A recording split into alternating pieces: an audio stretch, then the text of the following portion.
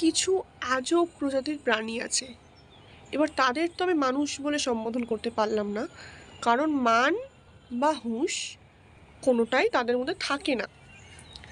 এবার এই কথাটা বলার কারণ, আপনি যদি একটা সেন্সিবল মানুষ হয়ে থাকেন, তারপর যদি আপনি কোনো সম্পর্কে যান, আপনি ঠিক কী মনে করে যাবেন? আমরা নিজেদের ভবিষ্যতের কথাটা অনেকটা দূর অবধি ভেবে ফেলি, জানি আমাদের হাতে নেই, বাট স্টিল ভাবনা চিন্তা করি।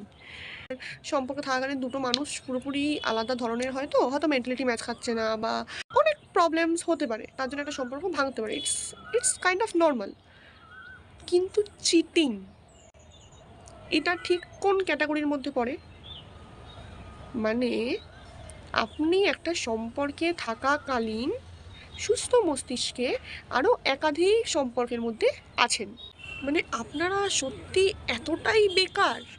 মানে বাড়ি থেকে যে ট্রেনিংটা নিচ্ছেন মানুষের জীবনের সাথে খেলার, এটা না করে একটু মাঠে যান, গরুর বদলে নিজেকে একটু হাল চাষ করুন, দেখবেন শরীর মন সব ভালো থাকবে। এই টাইপের একটা কাজকর্ম, একটা চিটিংবাজি, এটা কি একটা মনে হচ্ছে একাধিক সম্পর্কে জড়িয়ে দেখাচ্ছি, এত সময় আছে আমার লাইফে, কজনকে আমি চালাতে পারি। কী লাভ হচ্ছে? কাকে ফাঁকি দিচ্ছেন? কার কাছ থেকে লুকোচ্ছেন?